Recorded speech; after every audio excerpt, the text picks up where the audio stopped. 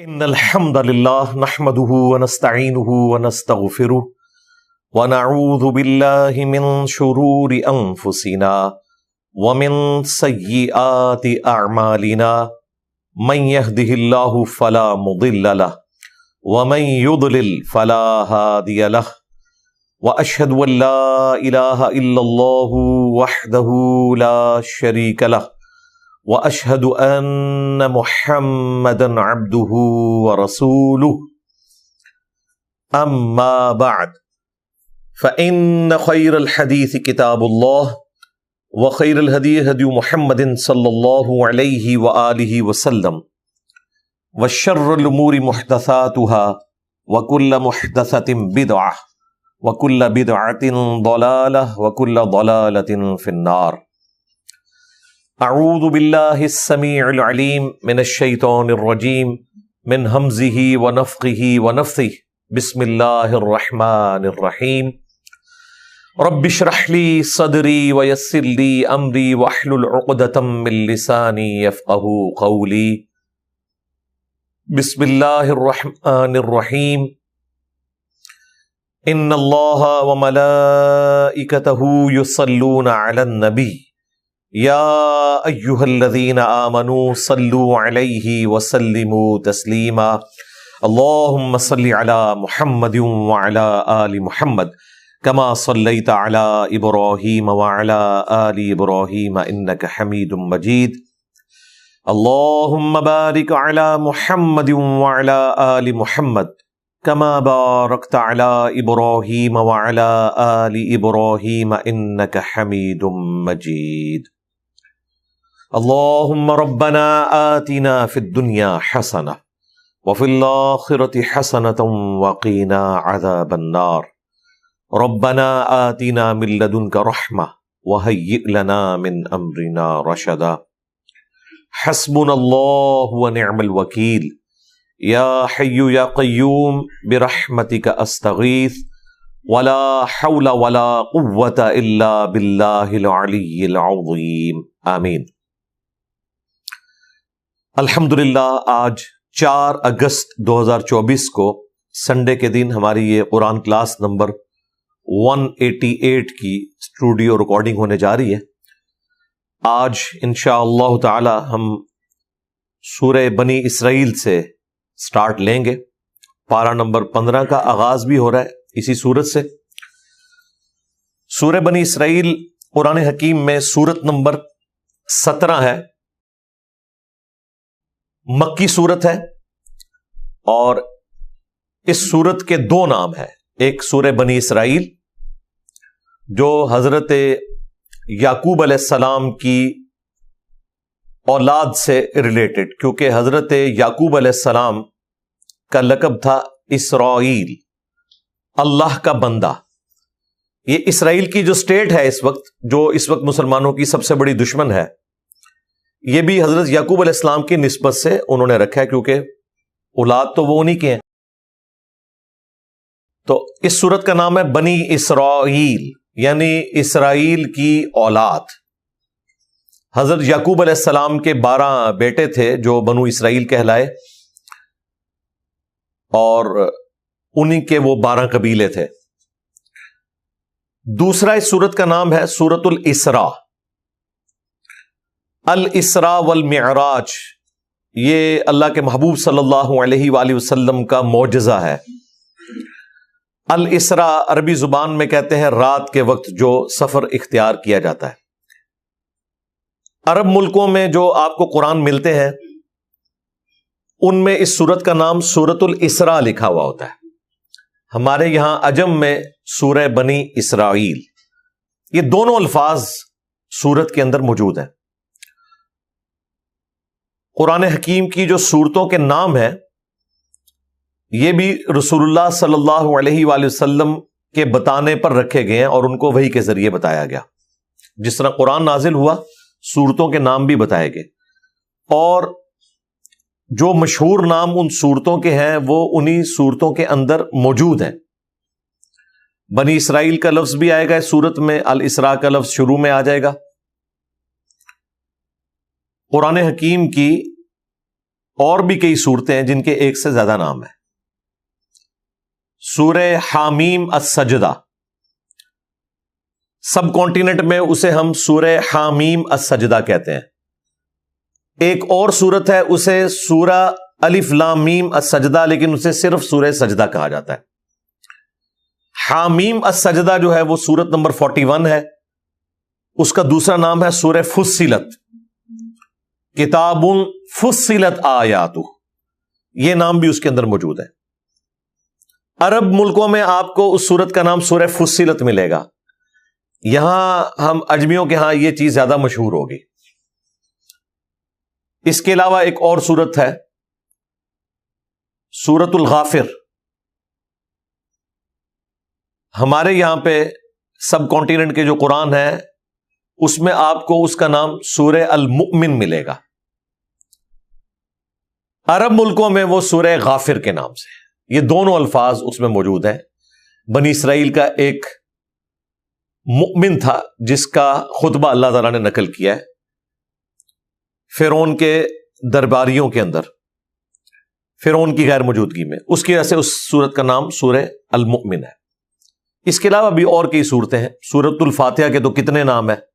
الفاتحہ تو مشہور ہے، ام القرآن، یعنی قرآن کی ماں.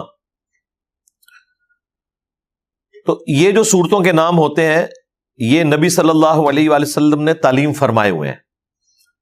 ایک سے زیادہ ناموں کی وجہ سے بعض اوقات جن لوگوں کو اس کے بارے میں علم نہیں ہوتا وہ کنفیوژن کا شکار ہو جاتے ہیں. میں اپنا آپ کو بتاتا ہوں، جب مجھے نہیں پتا تھا نا، مجھے کسی نے عرب کے ایک قاری کی کیسٹ دی، یہ میں یعنی اپنے میٹرک لائف کی بات کر رہا ہوں، تو اس پہ سورہ غافر لکھا تھا. میں نے کہا یار سورہ غافر تو میں نے قرآن میں کوئی ایسی سورت نہیں جس کا نام غافر ہو. وہ بیسیکلی سورت المؤمن کا نام وہاں پہ غافر چلتا ہے. سورہ توبہ مشہور نام ہے، لیکن اسے سورہ برا بھی کہا جاتا ہے، یعنی اس میں برات کا اعلان کیا گیا اللہ اور اس کے رسول کے دشمنوں کے اگینسٹ. یہ دونوں لفظ اس میں موجود ہیں. التوبہ اس حوالے سے ہے کہ 3 صحابہ کی توبہ کا بیان اس میں آیا اینڈ میں جا کے. تو ایک سے زیادہ نام ہو سکتے ہیں. چونکہ سورہ بنی اسرائیل یہ ایک ایسی صورت ہے کہ اس کے 2 نام ہیں، لہٰذا میں نے یہ کلیریفیکیشن ضروری سمجھی. اب چونکہ یہ مکی صورت ہے تو مکی صورتوں کا اسلوب مینلی تو دعوت توحید کے اعتبار سے ہے، لیکن اس صورت میں صرف دعوت توحید نہیں ہے، اس کے علاوہ بھی کافی ساری چیزیں ہیں عقائد اور نظریات کے اعتبار سے، اور حقوق العباد کے حوالے سے 10 کمانڈمنٹس کا جو قرآنک ورژن ہے، جو بنی اسرائیل کو اللہ تعالیٰ نے بڑے بڑے 10 احکامات دیے تھے، وہ بھی اس میں آ جائیں گے. اس کے علاوہ منکرین خدا کو دلائل کے ذریعے جو دعوت حق ہے وہ بھی اس میں آ جائے گی. بنی اسرائیل کی ہسٹری کے 2 بڑے واقعات کا ذکر اسپیسیفکلی اس کے اندر آئے گا. اس کے علاوہ کافی کچھ اس کے اندر موجود ہے، وہ ساتھ ساتھ جب آئے گا انشاءاللہ میں اس کو تفصیلاً بیان کروں گا. اعوذ باللہ من الشیطان الرجیم، بسم اللہ الرحمن الرحیم. سبحان الذی اسری بعبدہ لیلا من المسجد الحرام. پاک ہے وہ ذات، پاکی ہے اس ذات کے لیے. یہ دونوں معنی درست ہے. اسری بعبدہ لیلا من المسجد الحرام، جو اپنے بندے خاص کو لے گیا راتوں رات مسجد الحرام یعنی خانہ کعبہ شریف سے الی المسجد الاقصی، ایک دور کی مسجد کی طرف. یہ مسجد اقصی کا یہاں معنی ہے دور کی مسجد. یہ نام بعد میں پڑا ہے. اس وقت جو مسجد اقصی ہے اسے اقصی بھی نہیں کہا جاتا، قبلی مسجد کہا جاتا ہے یروشلم میں، جس کا جو ڈوم ہے گنبد وہ ڈارک گرین کلر کا، یا آپ کہہ لیں کہ گرے کلر کے قریب ہے. جو آپ کو گولڈن ڈوم نظر آتا ہے نا یروشلم میں، وہ ڈوم آف دا راک ہے، جس چٹان سے نبی علیہ السلام معراج پہ تشریف لے گئے تھے. قبۃ الصخرہ، چٹان والا گنبد، ڈوم آف دا راک انگلش میں. یہ نبی علیہ السلام کی وفات کے آلموسٹ کوئی 60 سال کے بعد بنایا گیا. جو گنبد بنانے کی ممانعت ہے وہ قبروں پر ہے، مزارات بنانے کی، قبروں کو پکا کرنے کی۔ صحیح مسلم میں حدیث ہے، تو میں منع کرتا ہوں قبروں کو پکا کرنے سے۔ حدیث میں تو الفاظ آئیں گے چونا کرنے سے۔ اس زمانے میں سیمنٹ تو نہیں ہوتا تھا، چونے کے ذریعے پکا کیا جاتا تھا۔ آج بھی پرانے آپ کو کئی قلعے نظر آئیں گے، بائنڈنگ مٹیریل کے طور پر چونا یوز ہوتا تھا۔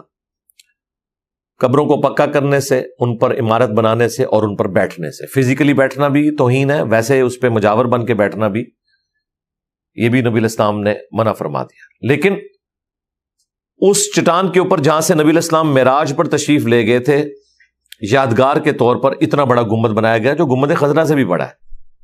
وہ اسی لیے بنایا گیا کہ اسے پروٹوکول دیا گیا، اور رسول اللہ کی قبر مبارک پہ اس لیے نہیں بنایا گیا تھا کہ نبی الاسلام نے منع کیا۔ یہ تو 650 سال کے بعد 678 ہجری میں ایوبی ڈائنسٹی میں مملوک سلطنت کا ایک بادشاہ تھا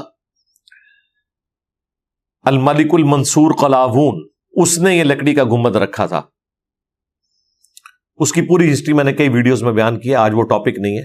میں صرف یہ بتانا چاہ رہا ہوں کہ وہ جو ڈوم آف دا راک ہے وہ اس چٹان کے اوپر ہے جہاں سے نبی الاسلام معراج پہ تشریف لے گئے تھے۔ وہ پورے کا پورا جو پہاڑ ہے نا، بیسیکلی وہ یروشلم کا وہ پہاڑ جسے ایلیا بھی کہا جاتا ہے، بیت المقدس بھی کہا جاتا ہے، مسجد اقصی بھی کہا جاتا ہے، وہ پورا پہاڑ ہی حرم ہے۔ وہ جو ابھرا ہوا حصہ ہے، اسی حرم کے اوپر ڈوم آف دا راک بھی موجود ہے، اسی پہ بعد میں مسجد بھی تعمیر کی گئی، اور باقی جو یہودیوں کی اپنی اعتبار سے جو اس کے ساتھ عقیدت وابستہ ہے وہ الگ، وہ پورے کا پورا حرم ہے۔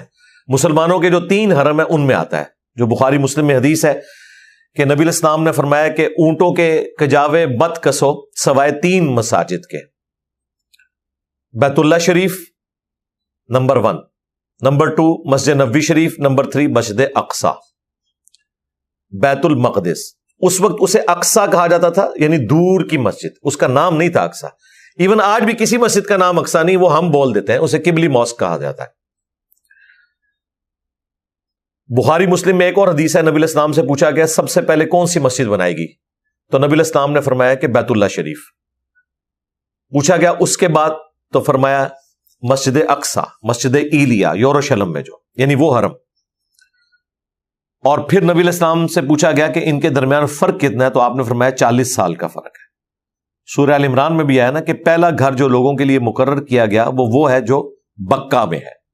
بکہ اور مکہ یہ ایک ہی شہر کی 2 پروننسیشن ہے، جس طرح ہمارے پڑوسی ملک میں بمبے اور ممبئی، میم اور با کے ساتھ۔ تو آپ کو اسرائیلی روایتوں میں تورات کے اندر بکہ کے نام سے ہی ملے گا اس کا ذکر۔ تو یہ دونوں الفاظ چلتے تھے، بکہ با کے ساتھ اور مکہ میم کے ساتھ، یہ دونوں الفاظ۔ تو نبی الاسلام نے فرمایا کہ 3 مسجدوں کے سوا ایکسٹرا آرڈنری ثواب کی نیت سے سفر اختیار نہیں کرنا۔ یہ 3 مسجدیں ہیں جن کے لیے تم اونٹوں کے کجاوے کر سکتے ہو، یہ اسپیشل پروٹوکول والی جگہ ہیں، یہ تینوں مسلمانوں کے لیے حرم ہے، بیت اللہ شریف، مسجد نبوی اور بیت المقدس، جسے مسجد ایلیا بھی کہا جاتا ہے۔ یروشلم اس جگہ کا نام ہے، اور اقصی دور کی مسجد، یہ سارے الفاظ اس کے لیے استعمال ہوتے ہیں۔ باقی اگر آپ اس کا نقشہ دیکھیں جو میں نے ویڈیو میں کئی دفعہ دکھایا ہے، اس نقشے میں آپ کو یہ آلموسٹ کوئی 500 سے 700 میٹر دور وہ مسجد نظر آئے گی اس ڈوم آف دا راک سے، اس چٹان کے اوپر، اور ایک طرف دیوار گریہ بھی نظر آئے گی جو ہیکل سلیمانی وہاں پر تھا، جو ٹائٹس نے 70 عیسوی میں حملہ کر کے، وہ ہسٹری اب آج آ بھی جائے گی، گرا دیا تھا ایک دیوار جسے دیوار گریہ کہتے ہیں، اس کے سامنے وہ تورات اس طرح کر کے رو رو کے پڑھ رہے ہوتے ہیں، یاد کر رہے ہوتے ہیں، اور اسی ٹیمپل کو اب انہوں نے 30 دفعہ تعمیر کرنا ہے، اور پھر ان کا عقیدہ ہے کہ وہ مسیح آئے گا، یعنی کہ دجال ہماری نظر میں جس مسیح کا ذکر تھا وہ تو آ کے چلا بھی گیا، عیسیٰ ابن مریم جو اوریجنل مسیح تھے۔ اسی لیے ہم دجال کو بھی کہتے ہیں مسیح الدجال، دجال بھی مسیح ہے اور عیسیٰ ابن مریم بھی مسیح ہیں، وہ یسوع مسیح اوریجنل مسیح، یہ جھوٹا مسیح، مسیح الدجال، دجل کہتے ہیں جھوٹ بولنے والے کو، فراڈ کرنے والے کو۔ تو دجال بھی مسیح ہے، وہ بھی مسیح ہے، وہ بھی کئی ایک چیزیں کر کے دکھا دے گا، آسمان سے بارش برسائے گا، ایک مردے کو بھی زندہ کر کے دکھا دے گا، کھیتیاں بھی اس کی وجہ سے فراوانی کے ساتھ ان میں بھی پھل پڑیں گے، اناج اگیں گے، یہ سب کچھ ہوگا۔ وہ مسیح الدجال ہے۔ تو یہ ایسی جگہ ہے جو تمام آسمانی ریلیجن کے لیے متبرک ہے، کرسچنز کے لیے بھی ہے، کیونکہ عیسیٰ ابن مریم کی پیدائش وہاں ہوئی ہوئی ہے۔ قرآن میں بھی ذکر ہے کہ وہ لوگوں سے الگ ہو کے مشرقی طرف چلی گئی تھی، اسی بیت المقدس میں، اور وہاں پر بیت اللہ میں ایک جگہ ہے جہاں پر موزانہ طور پر حضرت عیسیٰ ابن مریم جو ہے وہ پیدا ہوئے سیدہ مریم سے۔ اس لیے کرسچن بھی جاتے ہیں یروشلم، مسلمان بھی جاتے ہیں، اور جوز تو انہیں اپنا اوریجنل حرم سمجھتے ہیں۔ ظاہر ہے کرسچینٹی تو بعد میں آئی ہے نا، پہلے تو جوز ہی تھے۔ خود عیسیٰ ابن مریم بھی نسلاً تو بنی اسرائیل سے ہے، تو وہی حضرت یعقوب علیہ السلام کی اولاد۔ تو یہ ایک ایسا سٹی ہے، اور ہمیشہ سے بون آف کنٹینشن اس حوالے سے بنا ہوا ہے۔ آج تو پچھلے جو آلموسٹ ایک سال سے 7 اکتوبر 2023 سے جو یہ ابھی فلسطین کے ساتھ ظلم کرنا شروع کیا ہے اسرائیل نے، اس کی وجہ سے آلموسٹ انٹرنیشنل خبروں میں روزانہ یہ رہتا ہے۔ تو نبی علیہ السلام کے اس معجزے کا ذکر ہوا کہ پاک ہے وہ ذات جو لے گئی اپنے بندے کو راتوں رات مسجد حرام سے الی المسجد الاقصی، ایک دور کی مسجد کی طرف، الذی بارکنا حولہ، یہ وہ جگہ ہے کہ جس کے ارد گرد ہم نے بابرکت ماحول رکھا ہوا ہے۔ یعنی یہ یروشلم حرم ہے، ظاہر ہے، ہزاروں انبیاء کا مسکن ہے، خود سیدنا ابراہیم علیہ السلام کا مسکن بھی اس اعتبار سے بھی بابرکت ہے۔ پھر وہاں پہ جو ہیکل سلیمانی تھا اس میں دعوت توحید بلند ہوتی تھی، جہاں توحید کا ذکر ہو وہ بابرکت جگہ ہے۔ یہ سیر جو کروائی گئی اس کا مقصد کیا ہے؟ لِنُرِيَهُ مِنْ آیاتنا، تاکہ ہم اپنے بندے کو اپنی خاص نشانیاں دکھائیں۔ اب وہ جو نشانیاں ہیں وہ کیا ہیں؟ وہ بے شمار نشانیاں تھیں نبی علیہ السلام کو جو دکھائی گئیں اس سفر میں۔ اس کو ہم مشہور واقعہ معراج کہتے ہیں۔ اس پہ میری تفصیلی ویڈیوز ریکارڈڈ ہیں۔ پچھلی دفعہ جو قرآن کلاسز ریکارڈ ہوئی تھی اس میں 3 لیکچرز 1.5 گھنٹے کے انہی آیات کے اوپر میں نے ریکارڈ کروائے تھے اور پورے واقعہ معراج ڈسکس کیا تھا۔ اس کے بعد بھی مختلف اوقات میں میری ویڈیوز آ چکی ہیں پورے ریفرنسز کے ساتھ۔ واقعہ معراج لکھیں، ساتھ لکھیں انجینئر محمد علی مرزا، تو ساری ویڈیوز کھل جائیں گی۔ بخاری اور مسلم کی وہ ساری احادیث میں نے اس میں کور کی ہیں۔ بیسیکلی اس معجزے کا نام ہے الاسراء والمعراج۔ مشہور تو واقعہ معراج ہے لیکن یہ 2 حصوں پر مشتمل ہے۔ الاسراء جو یہاں پہ ذکر، رات کا سفر، والمعراج اور بلندیوں کا سفر۔ الاسراء تھا بیت اللہ شریف سے لے کر مسجد ایلیا یروشلم، مسجد اقصی بیت المقدس تک، اور پھر اس چٹان سے آسمانوں کا سفر، وہ ہے والمعراج، معراج ہے۔ اس کو ملا کر ہم الاسراء والمعراج کہتے ہیں۔ اس سفر کا ذکر بھی قرآن میں سورۃ النجم کے اندر آیا ہے۔ الاسراء کا ذکر یہاں پر آیا، تفصیلات اس کی بخاری اور مسلم میں آئی ہیں، وہ کافی ڈیٹیل طلب احادیث ہیں۔ اس میں جہاں یہ ذکر ہے اللہ تعالیٰ کی نشانیوں کا، تو وہ کئی ایک نشانیاں اس سفر کے دوران۔ سب سے پہلی تو نشانی یہ ظاہر ہوئی بخاری مسلم میں جو تفصیلاً حدیث موجود ہے واقعہ معراج کی، اس میں یہ ہے کہ جنت سے ایک برتن لایا گیا اور نبی علیہ السلام کا سینہ مبارک چاک کر کے آپ کا دل آب زمزم میں اس برتن کے اندر دھویا گیا، پھر رکھا گیا۔ پھر نبی علیہ السلام کے لیے ایک سواری آئی جو خچر سے تھوڑی سی کم بلند تھی، براق، اور نبی علیہ السلام نے فرمایا کہ جہاں نگاہ پڑتی تھی وہاں اس کا قدم پڑتا تھا۔ اتنی تیز سواری تھی جس پر سوار ہو کر نبی علیہ السلام کو بیت اللہ شریف سے مسجد اقصی، جو آلموسٹ 40 دن کا سفر تھا پیدل اس زمانے میں، وہ راتوں رات طے کروایا گیا۔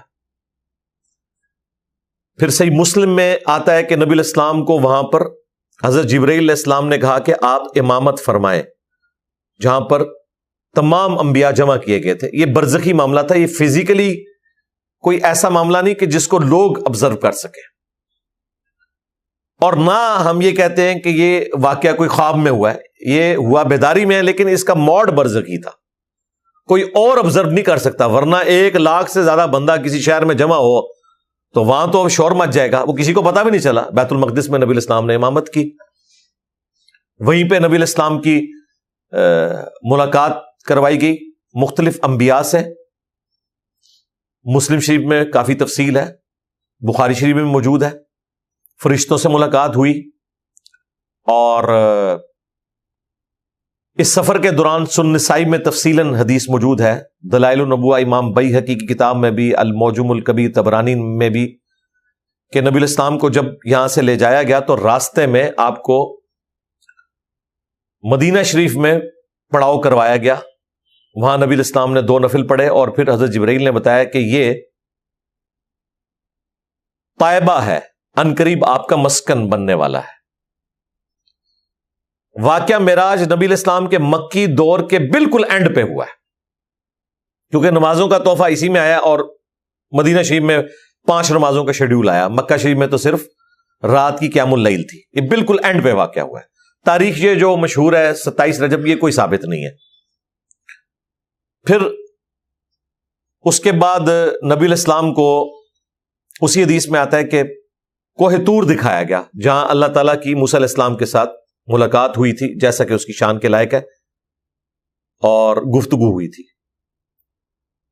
مسلم شریف میں ساتھ یہ ہے کہ نبی علیہ السلام نے کہا کہ میں نے موسیٰ علیہ السلام کو ان کی قبر میں نماز پڑھتے ہوئے بھی دیکھا، اسی سفر کے دوران سرخ ٹیلے کے پاس، اگر میں وہاں سے گزروں تو تمہیں ان کی قبر کی نشاندہی کر سکتا ہوں۔ یعنی صحابہ کرام کو بھی نہیں پتا، کوئی اس کا اس اعتبار سے مزار بھی نہیں۔ باقی یہ جو مزار چل رہے ہیں کنفرم نہیں، کنفرم صرف ایک ہی مزار ہے، قبر مبارک جو نبی علیہ السلام کی ہے، باقی جو انبیاء کی قبریں ہیں وہ کنفرم نہیں ہے، may be may not be. پھر سنن نسائی کی اس حدیث میں آتا ہے کہ نبی علیہ السلام کو بیت اللحم لے جایا گیا، جہاں حضرت عیسیٰ علیہ السلام کی پیدائش ہوئی تھی۔ یعنی انبیاء کرام کی جو نسبتوں والی جگہ ہیں، ان جگہوں پہ نبی علیہ السلام نے پھر وزٹ بھی کیا، وہاں پہ نمازیں بھی پڑھی۔ اس کے علاوہ بخاری مسلم میں آتا ہے کہ جب میں معراج سے واپس آیا تو کافروں نے مجھے جھٹلانا شروع کیا، وہ تو ماننے کے لیے تیار ہی نہیں تھے کہ ایک رات میں کوئی شخص بیت المقدس تک جا سکتا ہے، آسمانوں پہ جانا تو بہت دور کی بات۔ تو وہ حضور سے پھر سوال کرنا شروع ہو گئے کہ آپ بتائیں کہ بیت المقدس کے دروازے کتنے ہیں، سیڑھیاں کتنی ہیں۔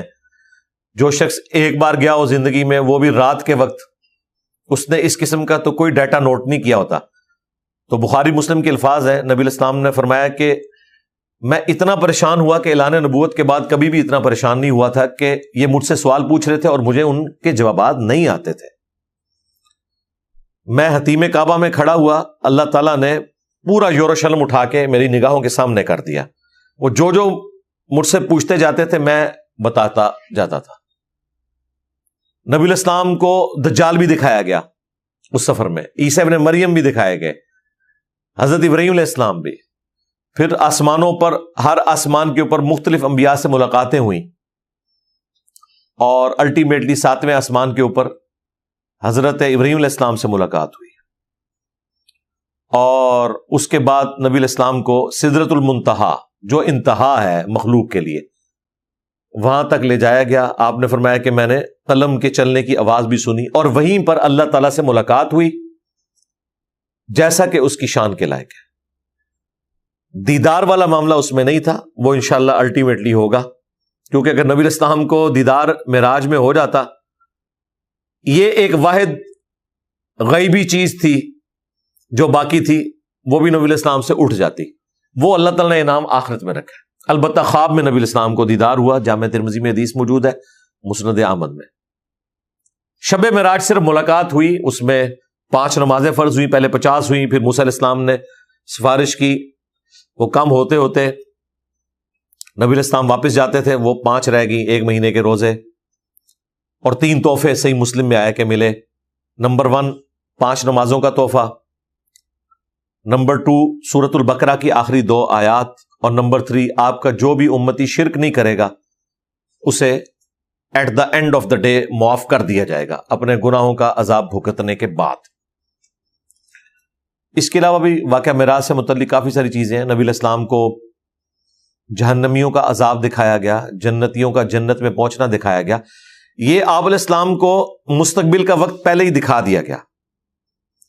یہ سب کچھ معجزانہ چیزیں تھیں۔ انہیں سائنس میں داخل کرنا، سائنس کے ذریعے ثابت کرنا، یہ بالکل بدعت ہے۔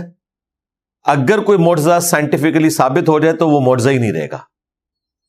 معجزے کا مطلب ہی یہ ہے کہ عقل کو عاجز کر دینے والی چیز، آیتن، اللہ کی نشانی۔ بعض لوگ تھیوری آف ریلیٹیوٹی کے ذریعے سے ثابت کرتے ہیں، ان بیچاروں کو ریلیٹیوٹی کا پتہ ہی نہیں، آئنسٹائن سن لے تو وہ بھی ہنسے ان کے اوپر، انہیں پتہ ہی نہیں کہ وہ کیا چیز ہے، اور اسے واقعہ معراج ثابت کر رہے ہوتے ہیں۔ اللہ کے بندو، وہ جو سپیڈ آف لائٹ آپ بتا رہے ہیں، اس کے بعد اس کا انجام کیا ہوتا ہے وہ بھی بتائیں۔ واقعہ معراج اس طریقے سے تو نہیں ہے۔ پھر اس سپیڈ پہ ٹریول کرنے کے لیے آپ کو ایسا لباس چاہیے کہ جس سے آپ ٹریول کر سکیں۔ یہاں تو شٹل، آپ کو پتا ہے ایک چھوٹی سی ٹائل ٹوٹی تھی تو وہ پوری شٹل جو ہے وہ تباہ ہو گئی تھی۔ اس طرح تو نہیں ہوتا۔ کولمبیا شٹل جو تھی تو نبی علیہ السلام نے تو کوئی خلائی لباس نہیں پہنا ہوا تھا۔ یہ اب کس سائنس سے آپ ثابت کریں گے؟ معجزہ۔ معجزہ کبھی بھی سائنٹیفکلی ریپروڈیوس نہیں ہو سکتا، ورنہ اس نبی کی نبوت گئی۔ اگر سائنسدان یا سائنس وہی کام کر کے دکھائے جو ایک پیغمبر کر کے دکھا سکتا ہے تو پیغمبر میں اس میں کوئی فرق نہیں رہے گا۔ سب کچھ ہو سکتا ہے، جو انبیاء نے معجزے دکھائے وہ ریپروڈیوس نہیں ہو سکتے۔ مثلا نبی علیہ السلام کا معجزہ بخاری مسلم میں ہے کہ آپ کی مبارک انگلیوں سے پانی کے چشمے جاری ہوئے۔ یہ سائنٹیفکلی نہیں ثابت ہو سکتا، یہ معجزہ ہے، انگلیوں میں سے پانی نہیں نکل سکتا۔ اسی طریقے سے بخاری شریف میں ہے کہ ایک صحابی کی پنڈلی کی ہڈی ٹوٹ گئی، نبی علیہ السلام نے ہاتھ پھیرا، اسی ٹائم بالکل صحیح ہو گئی۔ بھائی ہڈی کا ایک کیورنگ پیریڈ ہے، وہ نیچرلی اس نے کیور ہونا ہے، اس سے پہلے آپ اسے کیور نہیں کروا سکتے۔ میڈیکل سائنس یہ تو کر سکتی ہے کہ ٹوٹی ہوئی ہڈی کو اس طرح کرے، پھر بینڈیج کرے، پھر ادویات کے ذریعے چلے، کوئی سپیڈ اپ کر لے، لیکن یہ کہ کوئی ایسے ہاتھ پھیرے اور اسے کہ جی کھڑا ہو جاؤ اور ٹھیک ہو جائے، میرے بھائی نہ آج تک یہ پاسبل ہے، نہ قیامت تک کسی دوائی سے یہ پاسبل ہوگا۔ ادروائز پھر نبی میں اور اس سرجن میں کیا فرق ہوگا؟ کوئی فرق نہیں ہوگا۔ تو اس لیے یہ اس قسم کی طب آزمائی کرنا اور معجزات کو جان بوجھ کے میڈیکلی یا سائنٹیفکلی ثابت کرنے کی کوشش کرنا، یہ دین کے اوپر ظلم ڈھانا ہے۔ اپنی طرح سے دین کی خدمت کر رہے ہوتے ہیں، بیڑا غرق کر رہے ہوتے ہیں، اپنا بھی ایمان برباد کر رہے ہوتے ہیں، لوگوں کا بھی ایمان برباد کر رہے ہوتے ہیں۔ یہ ساری کی ساری چیزیں معجزانہ طور پر ہے۔ یہ معجزہ ہے کہ لاٹھی سانپ یا اژدہا بن جائے اور اس سانپ کو ہاتھ لگایا جائے، دوبارہ سے وہ پلانٹ کنگڈم میں واپس آ جائے، اینیمل کنگڈم سے۔ سائنس یہ نہیں کر کے دکھا سکتی، اس لیے اس قسم کی کوئی طب آزمائی کرنا یہ بالکل ظلم ہے۔ نبی علیہ السلام کا یہ معجزہ الاسراء والمعراج، یہ ان 3 معجزات میں سے ہے جن کا ذکر قرآن میں ہے۔ ویسے تو نبی علیہ السلام کے درجنوں معجزات ہیں، قرآن میں 3 ہی آئے ہیں۔ ایک شق القمر والا واقعہ جو سورۃ القمر کے سٹارٹ میں چاند 2 ٹکڑے ہو گیا تھا، نبی علیہ السلام کے لیے ایک نشانی ظاہر ہوئی۔ دوسرا معجزہ الاسراء والمعراج، اور تیسرا معجزہ قرآن خود، جو سورۃ العنکبوت میں ہے کہ اس نبی پہ معجزہ کیوں نہیں نازل ہوا۔ جب کافر کہتے تھے تو اللہ تعالیٰ نے فرمایا کیا ان کے لیے یہ معجزہ نہیں ہے کہ صبح و شام قرآن کی آیات ان پہ پڑھی جاتی ہیں، اور ان میں کئی ایک پروفیسیز تھیں جو خود مشرکین عرب نے صحیح ہوتے دیکھی۔ رومن امپائر کا پرشین کے اوپر دوبارہ غالب آنا سورہ روم کے اندر جو ذکر موجود ہے، اس وقت تک تو دور دور تک نظر نہیں آ رہا تھا۔ پرشین امپائر تو آلموسٹ 70% سے زیادہ ان کا علاقہ چھین چکی تھی، اور وہاں پہ بھی ایسی طوائف الملوکی ہوئی بھی تھی کہ کسی نے سوچا بھی نہیں تھا کہ رومن امپائر دوبارہ کھڑی بھی ہو سکے گی۔ لیکن قرآن میں آیا کہ 10 سال کے اندر یہ دوبارہ سے قبضہ ہو جائے گا۔ اس وقت اہل ایمان بھی خوشیاں منا رہے ہوں گے، کیونکہ مشرکین عرب کہتے تھے دیکھو آتش پرست آسمانی مذہب کے نہیں ماننے والے تھے پرشینز، ان کو آسمانی مذہب کے ماننے والے کرسچنز کے اوپر فتح ہوئی ہے، اس کا الٹیمیٹ نتیجہ یہ ہے کہ ہم بت پرستوں کو بھی ان مسلمانوں پہ فتح ہوگی. تو اللہ تعالیٰ نے کہا کہ یہ عنقریب مغلوب ہو جائیں گے اور اس دن مسلمان بھی فتح منا رہے ہوں گے. ایگزیکٹلی اسی وقت جب رومن امپائر نے دوبارہ قبضہ حاصل کیا، مسلمان غزوہ بدر جیت چکے ہوئے تھے. یہ دو خوشیاں مسلمانوں کو ایک ہی دن نصیب ہوئی. اس اعتبار سے بھی خوشی منا رہے تھے، اس اعتبار سے. تو قرآن حکیم نمبر 1 معجزہ نبی الاسلام کا، نمبر 2 چاند کا 2 ٹکڑے ہونا، اور نمبر 3 واقعہ معراج جسے الاسراء والمعراج کہتے ہیں. یہ 3 معجزات قرآن حکیم کے اندر رپورٹ ہوئے، باقی احادیث میں ہمیں ملتے ہیں. تو اللہ تعالیٰ فرما رہا ہے کہ ہم نے یہ اس لیے نبی الاسلام کو سیر کروائی تاکہ انہیں اپنی قدرت کی نشانیاں دکھائیں. انہ هو السمیع البصیر، بے شک وہ سننے والا ہے، دیکھنے والا ہے. وآتینا موسیٰ الکتاب، اور ہم نے موسیٰ علیہ السلام کو کتاب دی تھی یعنی تورات. وجعلناہ ھدی لبنی اسرائیل، اور اس کتاب کو ہم نے ہدایت کا ذریعہ بنایا تھا بنی اسرائیل کے لیے. اور اس میں جو بنیادی دعوت تھی وہ یہ تھی اللہ تتخذوا من دونی وکیلا، کہ میرے سوا کسی کو اپنا کارساز نہیں ٹھہرانا. مشکل کشا، حاجت روا صرف ایک اللہ ہے. دیکھ لیں اعلیٰ حضرت کا ترجمہ میرے سامنے، ترجمہ انہوں نے بالکل ٹھیک کیا ہے کہ میرے سوا کسی کو کارساز نہ ٹھہراؤ. اب وہ پریکٹیکلی شیخ عبد القادر جیلانی کو پکارتے پکارتے مر گئے. اس آیت پہ انہوں نے عمل نہیں کیا. ایاک نعبد و ایاک نستعین کی وائلیشن کرتے رہے. قرآن کی بنیادی دعوت یہ ہے کہ کارساز اللہ ہے. توحید یہ وہ بنیادی عقیدہ ہے کہ ساری کتابوں کا مرکزی عقیدہ اگر کوئی ہے تو توحید ہے. توحید نہیں تو اور کچھ بھی نہیں. انبیاء کس لیے آئے ہیں؟ اللہ کا تعارف کروانے. وَلَقَدْ بَعَثْنَا فِي كُلِّ أُمَّةٍ رَسُولًا، ہم نے ہر امت میں کوئی نہ کوئی رسول اٹھایا. ان اعبدوا اللہ، بنیادی دعوت کے ساتھ کہ عبادت اللہ کی ہوگی. وَاجْتَنِبُوا الطَّاغُوتَ، اور اللہ کے مقابلے پر جو بھی آئے اس سے اجتناب کرنا ہے. اس کے لیے طاغوت کا ورڈ یوز ہوا. شیطان کو بھی طاغوت کہتے ہیں، دجال کو بھی طاغوت کہتے ہیں، شیطانی سسٹم کو بھی طاغوت کہتے ہیں. ان انسانوں کو بھی طاغوت کہا جاتا ہے جو انبیاء کے مقابلے پر اپنی تعلیمات کو عام کرتے ہیں. یہ سب کے سب طاغوت ہیں. تمام انبیاء کی دعوت کا خلاصہ یہ ہے کہ عبادت اللہ کی ہوگی. یہاں پہ بھی آیا بنی اسرائیل کے لیے ہم نے ذریعہ بنایا تورات کو کہ اللہ کے سوا کسی کو کارساز نہیں ٹھہرانا. یہ بنیادی دعوت تھی. ذریۃ من حملنا مع نوح، اے ان لوگوں کی اولاد کہ جن کو ہم نے نوح علیہ السلام کے ساتھ سوار کیا تھا. اس سواری میں ظاہر ہے نسل انسانی پھر انہی سے دوبارہ چلی ہے، اس لیے آدم ثانی حضرت نوح علیہ السلام کو کہا جاتا ہے. تقریباً 80 کے قریب لوگ تھے جو ان کے ساتھ سوار ہوئے. اللہ تعالیٰ بنی اسرائیل کو کہہ رہا ہے کہ اے ان لوگوں کی اولاد جن کو ہم نے نجات دی تھی اور کشتی میں سوار کر کے بچایا تھا. انہ کان عبدا شکورا، بے شک نوح علیہ السلام تو ہمارے وہ بندے تھے جو شکر گزاری کی روش اختیار کیا کرتے تھے. یعنی نوح علیہ السلام موحد تھے، ان کے ساتھ موحدین سوار ہوئے، وہ اللہ کے شکر گزار تھے. لیکن تم لوگ شرک میں مبتلا ہو کر اللہ تعالیٰ کی نافرمانی کر کے ناشکری کر رہے ہو، جبکہ جن کی اولاد تم ہو وہ تو اللہ تعالیٰ کے شکر گزار بندے تھے. وَقَضَيْنَا إِلَىٰ بَنِي إِسْرَائِيلَ فِي الْكِتَابِ، اور ہم نے کتاب میں بنی اسرائیل کے لیے یہ بات طے کر دی تھی. یہاں کتاب سے مراد ان کی الہامی کتاب میں بھی انہیں پروفیسی بتا دی گئی تھی. مولانا مودودی رحمہ اللہ نے تفہیم القرآن میں وہ ساری آیات ایک جگہ جمع کی ہیں بڑی مشکل سے. میں مشکل سے اس لیے کہہ رہا ہوں کہ یہ کام حافظ ابن کثیر نے کوئی نہیں کیا اور کسی مفسر نے نہیں کیا ہے. یہ مودودی صاحب کا خاصہ ہے کہ وہ تورات اور انجیل سے وہ آیات ڈھونڈتے ہیں اور پھر نقل کرتے ہیں.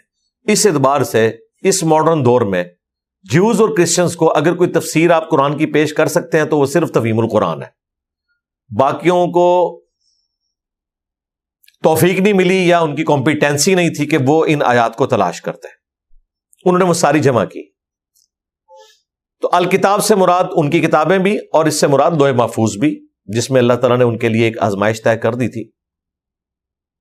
لَتُفْسِدُنَّ فِي الْأَرْضِ، کہ ضرور بالضرور تم زمین میں فساد کرو گے، مرتین، 2 دفعہ. وَلَتَعْلُنَّ عُلُوًّا كَبِيرًا، اور ضرور تم بڑی سرکشی اور غرور کرو گے. یعنی 2 دفعہ ایسے ہوگا کہ تم سرکشی مچاؤ گے. یہ اللہ تعالیٰ نے ان کی تقدیر میں طے کر دیا تھا.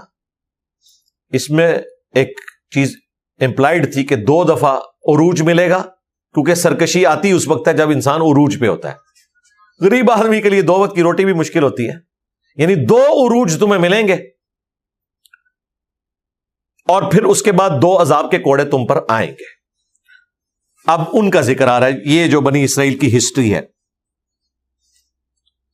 فَإِذَا جَاءَ وَعْدُ أُولَاهُمَا، پس جب ان میں سے پہلی باری کا وقت آیا، یعنی جب عروج پہ تم لوگ پہنچ چکے ہوئے تھے، اس کے بعد تم نے جو اللہ تعالیٰ کی نافرمانیاں کی، اس کے اگینسٹ جو عذاب کا وقت آیا، بَعَثْنَا عَلَيْكُمْ عِبَادًا لَنَا أُولِي بَأْسٍ شَدِيدٍ، تو ہم نے تم پر اپنے سخت لڑائی لڑنے والے بندے مسلط کر دیے.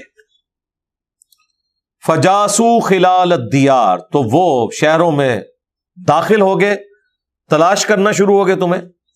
وَكَانَ وَعْدًا مَفْعُولًا، اور اللہ کا یہ وعدہ پورا ہوا. یہ وعدہ پورا ہوا جناب 587 قبل مسیح، حضرت عیسیٰ علیہ السلام سے آلموسٹ 550 سال پہلے. حضرت موسیٰ علیہ السلام جب بنی اسرائیل کو لے کر نکلے ہیں،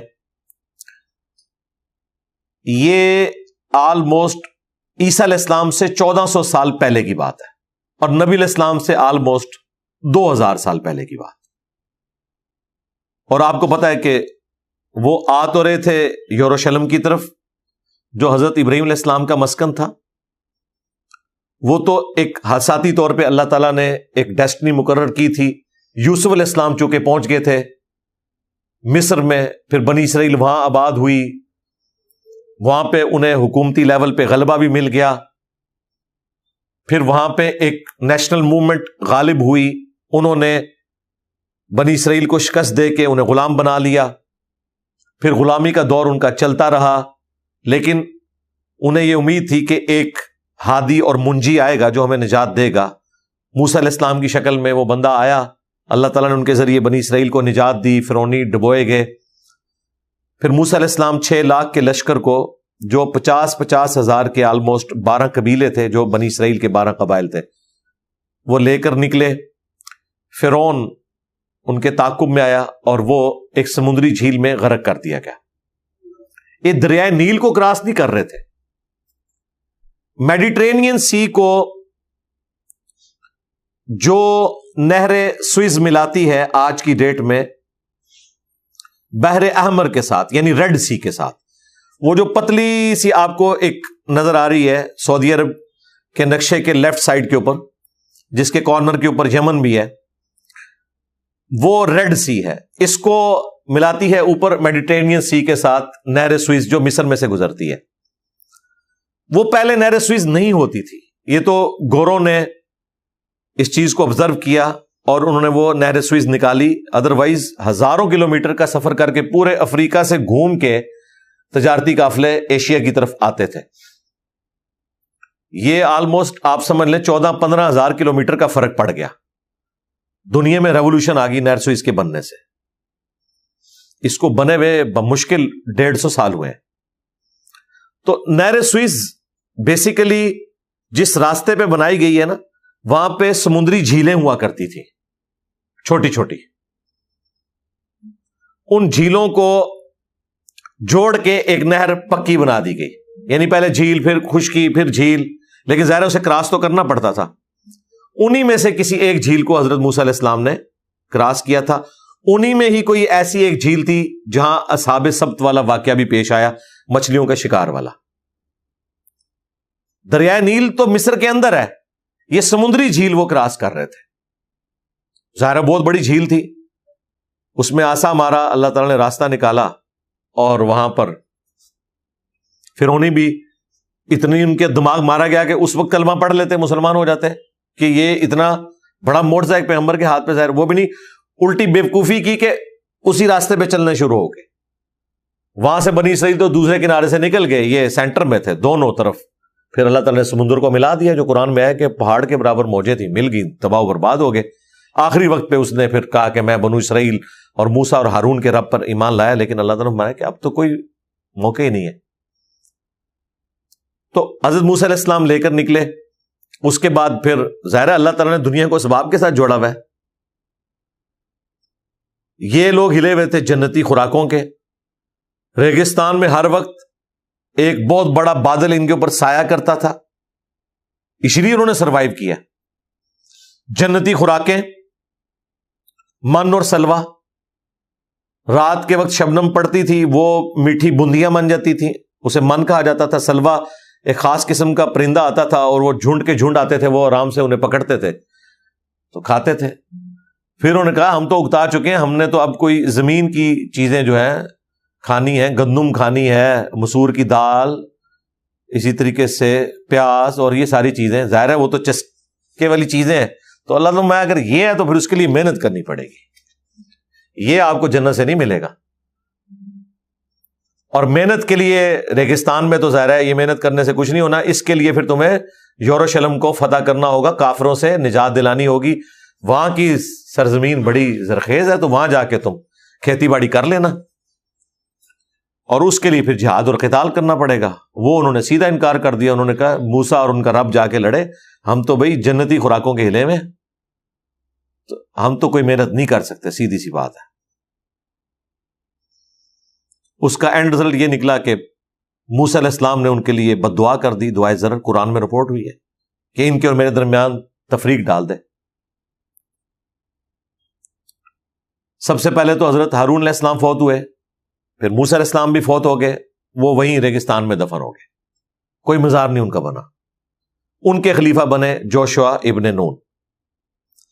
یہ 40 سال پھر بھٹکتے رہے، قرآن میں آیا انہی ریگستانوں میں۔ 40 سال میں جو نسل وہاں پہ جوان ہوئی، انہوں نے پھر بھی ٹف ماحول دیکھا تھا، انہوں نے پھر ریکویسٹ کی وقت کے پیغمبر سے کہ آپ کوشش کریں اس حوالے سے، تو ہم آپ کے ساتھ ہیں۔ پھر اللہ تعالیٰ نے جوشوا ابن نون، جو پہلے صحابی تھے حضرت موسیٰ علیہ السلام کے، بعد میں پیغمبر بنے، ان کی سرکردگی میں آہستہ آہستہ فلسطین کا پہلے وہ شہر جیریکو فتح ہوا، جس کے دروازے سے انہیں کہا گیا تھا کہ حطتن کہہ کے داخل ہونا ہے، وہاں بھی انہوں نے حنتتن کہنا شروع کر دیا، اس کے اوپر بھی اللہ تعالیٰ کا ان پہ غضب نازل ہوا۔ اس طرح کرتے کرتے بہرحال انہوں نے آہستہ آہستہ پورے کے پورے فلسطین کو اس حوالے سے اپنے زیر تسلط کر لیا، لیکن ظاہر ہے اس میں کافی ٹائم لگا۔ اور یہ جو بڑے لیول کا ان کا عروج آیا، وہ آیا حضرت داؤد علیہ السلام نے جب جالوت کو قتل کیا۔ طالوت جو تھے وہ سموئیل نبی سے ریکویسٹ کی بنی اسرائیل نے کہ ہم پورا علاقہ جہاد اور قتال کے ذریعے حاصل کریں گے، آپ ہمارے لیے کوئی بادشاہ مقرر کریں جو سبا سالار ہو ہمارا۔ تو طالوت کو وحی کے ذریعے مقرر کیا گیا۔ یہ یعنی نبی نے وحی کے ذریعے مقرر کیا تھا، یہ وہ والے بادشاہ نہیں جو یہ آپ کے بنو امیہ بنو عباس کے بادشاہ ہیں جو بدماشی سے مسلط ہوئے ہیں، یہ وحی کے ذریعے۔ پھر ان کے ذریعے اللہ تعالیٰ نے مسلمانوں کو فتح دی۔ داؤد علیہ السلام 16 سال عمر تھی، وہ جالوت سامنے سے آیا اور انہوں نے اپنے گوپیے کے اندر پتھر رکھ کے مارا۔ وہ آپ کو ویڈیوز میں وہ سین بھی فلمایا ہوا ہے، میں سورۃ البقرہ میں اس واقعے کو تفصیل سے بیان کر چکا ہوں۔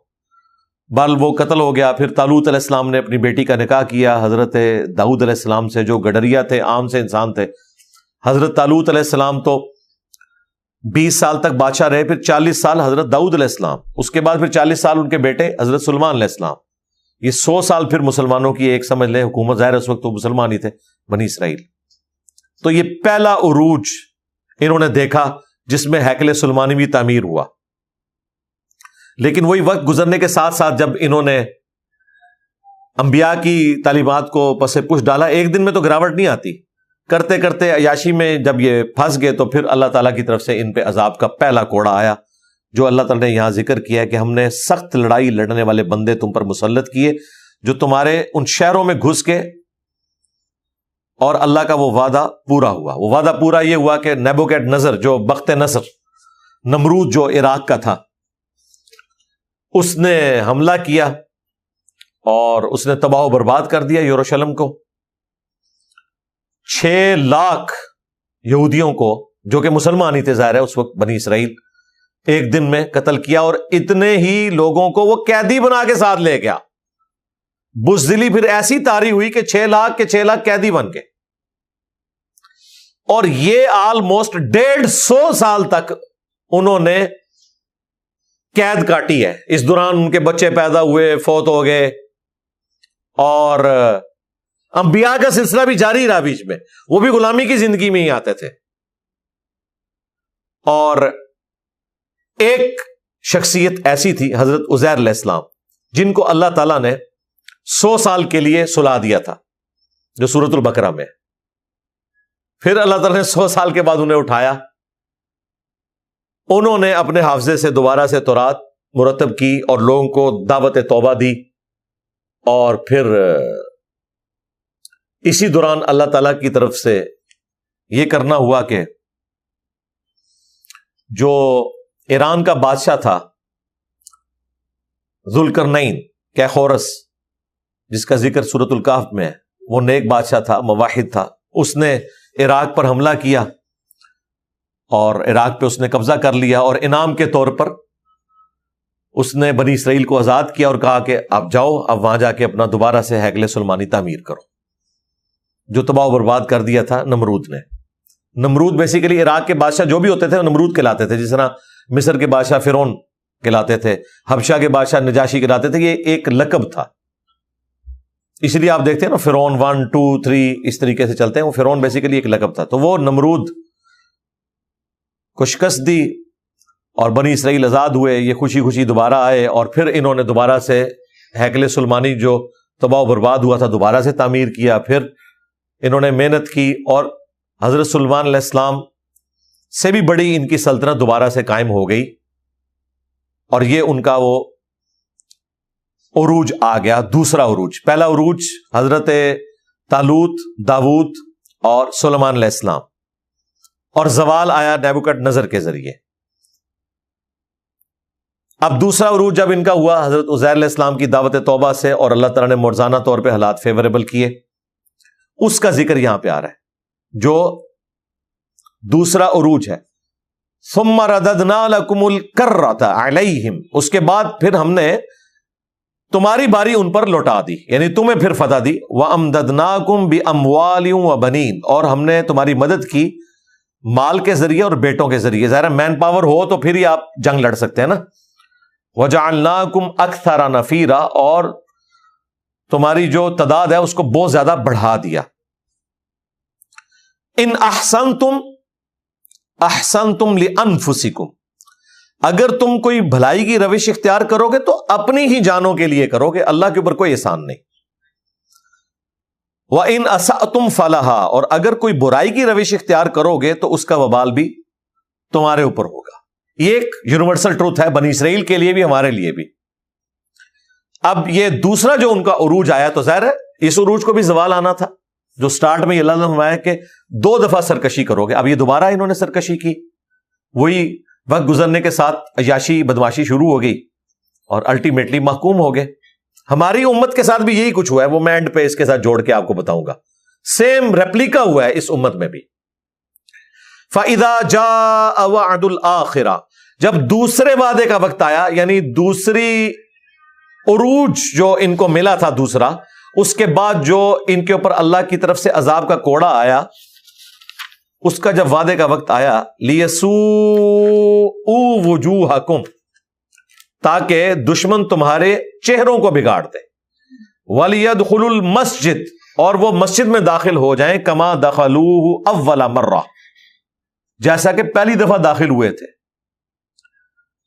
وَلِيُتَبِّرُوا مَا عَلَوْا تَتْبِيرًا، اور جس چیز پہ بھی قابو پائیں اس کو تباہ و برباد کر کے رکھتے. دیکھیں اللہ تعالیٰ جو یہ بیان کر رہا ہے نا، وہ اس طرح بیان کر رہا ہے کہ جس طرح اللہ تعالیٰ دشمنوں والی سائڈ پہ کھڑا ہے. پہلی دفعہ کہا ہم نے اپنے سخت لڑائی لڑنے والے بندے مسلط کیے تاکہ تمہاری اینٹ سے اینٹ بجا دیں. کون سے بندے؟ جو کافر تھے. مسلمانوں کو کہا کہ ہم نے تم پر اپنے بندے، حالانکہ وہ اللہ کے بندے تو نہیں تھے، لیکن اللہ تعالیٰ کی طرف سے عذاب بن کے آئے یہاں پہ بھی. اور مسجد کی بھی اینٹ سے اینٹ بجا دیں، مسجد تو اللہ کی تھی. جب عذاب آتا ہے پھر یہ کچھ ہوتا ہے. یہ دوسری تباہی کب ہوئی کہ وہ جو انہوں نے مکابی سلطنت قائم کر لی تھی، حضرت سلیمان علیہ السلام والی حکومت کے بعد جو بربادی ہوئی، اور دوبارہ سے عزیر علیہ السلام کی دعوت توبہ سے اور ذوالقرنین بادشاہ نے جو مہربانی کی اس کے بعد جو انہوں نے قائم کی تھی، تو اسی دوران پھر اللہ تعالیٰ نے حضرت عیسیٰ ابن مریم کو ان میں مبعوث کیا، کیونکہ ان کے اندر خرابیاں تو آ چکی تھیں. انہوں نے بجائے انہیں قبول کرنے کے ان کے اوپر طرح طرح کے الزامات لگائے، قتل کے فتوے جاری کر دیے. وہ تو اللہ تعالیٰ نے معجزانہ طور پہ حضرت عیسیٰ علیہ السلام کو بچا لیا، ادروائز انہوں نے تو انہیں قتل کر دینا تھا. بہرحال 33 عیسوی کے اندر حضرت عیسیٰ علیہ السلام کو اللہ تعالیٰ نے آسمانوں پہ اٹھا لیا جب ان کی عمر 33 ایئرز تھی. اب انہوں نے پیغمبر کا بھی انکار کیا ہوا تھا. آہستہ آہستہ ان کے ساتھ جو معاملات بگڑنے شروع ہو گئے. 70 عیسوی کے اندر نبی علیہ السلام کی پیدائش سے 500 سال پہلے ٹائٹس جو ایک رومن جنرل تھا، اس نے یروشلم کے اوپر حملہ کیا. وہ بت پرست تھے. اس وقت پھر انہوں نے یہ جو ذکر آیا نا کہ دوبارہ سے بندے داخل ہو جائیں، وہ پھر ٹائٹس نے حملہ کیا. اس نے پھر ہیکل سلیمانی جو دوبارہ تعمیر تھا توڑ کے رکھ دیا. ایک دیوار صرف سلامت رہی، وہ آج آپ کو جو ویلنگ وال جس کا میں نے شروع میں ذکر کیا، دیواریں گریا جس کے سامنے تورات وہ پڑھتے ہیں. اور اب وہ کہتے ہیں ہم نے تیسری دفعہ اپنا ٹیمپل تعمیر کرنا ہے، پھر ہمارا مسیح آئے گا. حالانکہ مسیح آ کے جا چکا. ہاں، وہ اب تمہارے جعلی مسیح کو قتل کرنے آئے گا. وہ مسیح تھے عیسیٰ ابن مریم. یہ دجال کو اب مسیح مان لیں گے. تو وہ ایک دیوار سلامت چھوڑی، باقی سب کچھ تباہ و برباد کر دیا. ایک دن میں 1,33,000 یہودی قتل ہوئے اور خون کی ندیاں بہا دی اس نے. اور پھر رومنز نے انہیں یروشلم سے نکال دیا. اسے کہا جاتا ہے انتشار، ڈائسپورا ان کا. وہ ڈائسپورا بالفور ڈکلیریشن میں پچھلی صدی میں آ کے ان کا ختم ہوا ہے اور اسرائیل کی ریاست قائم ہوئی ہے. پچھلے آپ سمجھ لیں 1900 سال سے یہ پوری دنیا کے اندر پھیلے ہوئے تھے، ذلیل ہو رہے تھے. اور پھر ہٹلر نے جو ان کے ساتھ ظلم کیا، اس کی ریمیڈی کے لیے گریٹ برٹن نے انہیں اسرائیل میں پکا بسا دیا. اور یہ فلسطین کا مسئلہ 1948 میں اور پھر 67 اور پھر آج کل بھی وہی چل رہا ہے. اس کے اوپر میری تفصیلی ویڈیوز ہیں، وہ آپ دیکھ سکتے ہیں. یہ ساری کی ساری ان کی ہسٹری ہے. تو یہ جو دوسری دفعہ ٹائٹس نے حملہ کیا وہ رومنز تھے اور تباہ و برباد انہیں کیا. مسلمانوں کے ساتھ بھی سیم یہی کچھ ہوا ہے. یہ ڈاکٹر اسرار صاحب کی بہت بڑی ڈسکوری ہے. یہ انہوں نے ہائی لائٹ کیا ہے کہ یہ سیم 2 عذاب کے کوڑے مسلمانوں پہ بھی پڑے ہیں. اور ایسی ریزیمبلنس ہے ان میں کہ وہاں پر بنی اسرائیل کے اوپر جو پہلا کوڑا پڑا تھا وہ مشرقی طاقتوں نے یعنی عراق سے نیبوکڈنیزر آیا تھا. مسلمانوں پہ بھی جو پہلا کوڑا پڑا ہے وہ بھی تاتاری بھی مشرق سے آئے تھے، جو سارا تباہ و برباد کر دیا انہوں نے. عباسی سلطنت بھی الٹ دی اور وہ تو تھم ہی نہیں رہے تھے. وہ تو اللہ تعالیٰ نے ایک زوال کا معاملہ کیا، وہ ایک جنگ ہار گئے مملوک سلطنت سے اور وہاں سے ان کا پھر ڈاؤن فال شروع ہوا. دوسرا عذاب کا کوڑا وہاں آیا مغرب سے یعنی رومن سے. مسلمانوں پہ بھی دوسرا عذاب کا کوڑا جو آیا وہ رومنز یعنی مغربی طاقتوں سے. گریٹ برٹن، کہیں پہ فرینچ آ گئے. ہم لوگوں نے بھی تو بمشکل 80 سال بھی نہیں ابھی ہوئے آزادی حاصل کی ہے. کن سے؟ مغربی طاقتوں سے. یہاں پہ ایسٹ انڈیا کمپنی جب انٹر ہوئی انہوں نے کس طریقے سے مسلمانوں کو کرتے کرتے محکوم. آج سے آلموسٹ آپ 100 سال پہلے مسلمانوں کا کوئی اکا دکا ملک دکھا سکتے تھے، باقی سب محکوم ہو چکے تھے. یہ آج آپ کو 58 ملک جو نظر آ رہے ہیں، یہ تو ورلڈ وار 2 کی برکات ہیں. ہٹلر خود تو مرا، لیکن انہیں بھی اتنا کمزور کر گیا کہ انہوں نے مجبوراً پھر ہمیں آزادی دے دی. ادروائز ابھی بھی ہم انگریزوں کے قبضے میں ہوتے، ہمارا خون یہ نچوڑ رہے ہوتے. وہ جو اللہ نے قرآن میں کہا کہ ہم باز کو باز سے ٹکرواتے رہتے ہیں، اگر ایسا نہ ہوتا تو دنیا میں یہ سسٹم چل نہیں سکتا. بہرحال یہ ساری کی ساری ہسٹری تھی جو بنی اسرائیل کے ساتھ معاملہ ہوا. ان کے اوپر بھی 2 عروج 2 زوال آئے، لیکن دوبارہ ان کے اوپر عروج تیسری دفعہ نہیں آیا. مسلمانوں کے لیے خوشخبری ہے کہ ان کو ان 2 زوالوں کے بعد تیسرا عروج ملے گا امام محمد مہدی رضی اللہ تعالیٰ عنہ علیہ السلام کے ذریعے، اور پوری دنیا پہ وہ انصاف کو قائم کریں گے. امام محمد مہدی کے اوپر میری تفصیلی ویڈیوز ریکارڈ ہیں، وہ آپ دیکھ سکتے ہیں. مسلمانوں کے لیے خوشخبری ہے کہ یہ الٹیمیٹ جو تیسرا انقلاب آنا ہے، جو مسلمانوں کو عروج ملنا ہے، وہ خلافت راشدہ دوبارہ سے قائم ہوگی قرب قیامت میں. پھر عیسیٰ ابن مریم آئیں گے اور دجال کے فتنے کو ختم کریں گے. پھر وہ بھی دنیا میں حکمران کے طور پر رہیں گے، 40 سال رہیں گے، شادی کریں گے. ابھی ان کی شادی نہیں ہوئی ہوئی، 33 ایئرس کی ایج میں انہیں زندہ اٹھایا گیا. لہذا 33 سال اگر کسی کی شادی نہیں ہوئی، کوئی پریشان ہونے کی ضرورت نہیں. حضرت عیسیٰ علیہ السلام کی بھی 33 سال کی عمر تک کوئی شادی نہیں ہوئی تھی. اگر کسی کی کراس کر گئی ہے تو حضرت موسیٰ علیہ السلام کی شادی 40 سال کی عمر میں ہوئی ہے، کوئی ٹینشن لینے کی ضرورت نہیں ہے. تو دنیا میں جب آئیں گے تو شادی کریں گے، ان کے بچے بھی ہوں گے. پھر جب وہ فوت ہوں گے تو قبر رسول کے ساتھ انہیں دفن کیا جائے گا، جو ایک قبر کی جگہ خالی ہے، جامعہ ترمذی میں موجود ہے. کہ اسرائیلی کتابوں میں یہ لکھا ہوا تھا کہ حضرت عیسیٰ ابن مریم رسول اللہ کے ساتھ دفن ہوں گے صلی اللہ علیہ وآلہ وسلم. کافی ساری چیزیں میں نے کور کر دی ہیں، کچھ جو رہ گئی انشاءاللہ اگلی کلاس میں ہم کور کریں گے. یہیں سے ہم سٹارٹ لیں گے. آیت نمبر 7 کے اوپر ہم نے اسے کمپلیٹ کیا ہے. پھر انشاءاللہ تعالیٰ اس کا لنک اگلی آیات کے ساتھ انشاءاللہ اگلے لیکچر میں. اللہ تعالیٰ سے دعا ہے جو حق بات میں نے کہی اللہ تعالیٰ ہمارے دلوں میں راسخ فرمائے. اگر جذبات میں میرے منہ سے کوئی غلط بات نکل گئی تو اللہ تعالیٰ معاف فرما دے، ہمارے دلوں سے اسے دھو بھی ڈالے. سبحانک اللہم و بحمدک اشہد ان لا الہ الا انت استغفرک و اتوب الیک وما علینا الا البلاغ المبین. جزاکم اللہ خیرا.